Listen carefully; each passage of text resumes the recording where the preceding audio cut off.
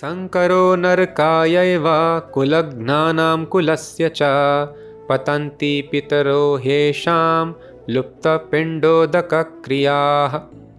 When there is increase of unwanted population, a hellish situation is created both for the family and for those who destroy the family tradition. In such corrupt families, there is no offering of oblations of food and water to the ancestors. Lupta Pindodaka Kriya is very important here.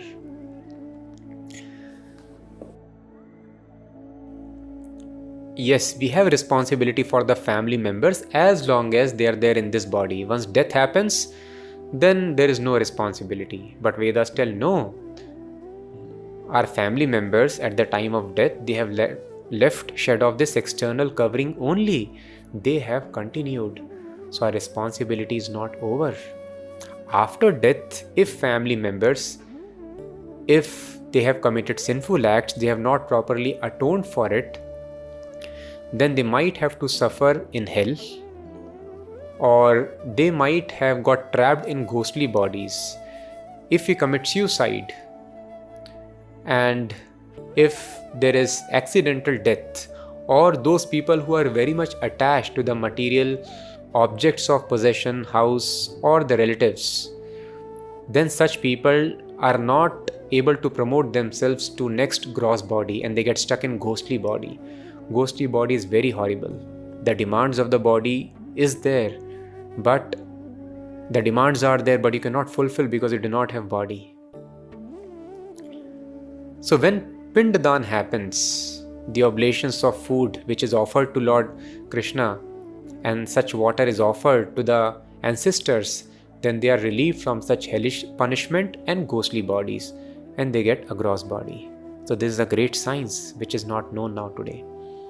So Arjuna is telling that how Pindadan will happen if the family tradition is lost. In such families as it is happening now, in many families there is no Pindadan. And very famous Hollywood actor, he was seeing his son who died an untimely death. And then he was very much concerned what to do.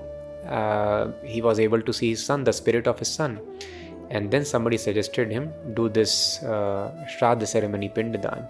And then they came to Haridwar, did this ceremony to get to help their son get rid of this ghostly body. So thus it's a great science. Many such proofs are there, provided we have time to study these literatures and understand science behind it. And another very important understanding is, people may ask, oh, what is this hell? Arjuna is repeatedly telling hell, whether there is hell and heaven. So it is common sense. We simply have to understand this axiom that designer is there behind every design. You cannot mathematically prove it, but it's common sense. This microphone you are seeing, can it assemble automatically? No. The computer or the phone on which you might be hearing this discourse, can it assemble automatically? No. So this brain, which is also much more powerful than a computer, can it assemble automatically? Can this body which houses this brain assemble automatically? No. So behind this there is a creator.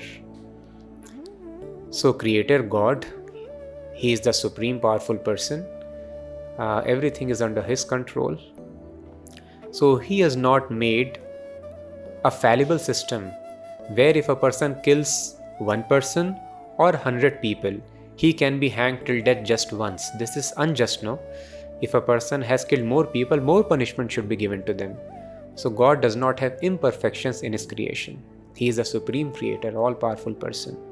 So perfect divine justice is perfectly meted out. So such people who cannot be punished for their misdeeds here, God has made an arrangement. It is common sense, isn't it?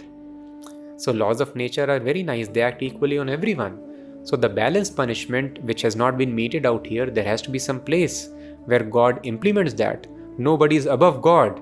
Nobody can stop God from executing his will, his desire. And God has made equal system because we are all his children. If we harm other children, then harm will come to us. This is called law of karma. So thus, Nobody can stop God to make a perfect arrangement. If a person kills more people, he should also be given more punishment. Once he can be killed in this body, but balanced punishment should be meted out in a place, and that place is called hell. So simply, if we understand one axiom, designer is there behind the design, then all the things, all the concepts we can understand very, very easily. So hell exists, heaven also exists, but unfortunately we have no knowledge of the laws of nature, and almost entire civilization is geared up to enter into hell in the ignorance of these laws which are described in the Bhagavad Gita. But Arjuna is very cautious. If we break these laws, then all these families will end up, and we will also end up in hell.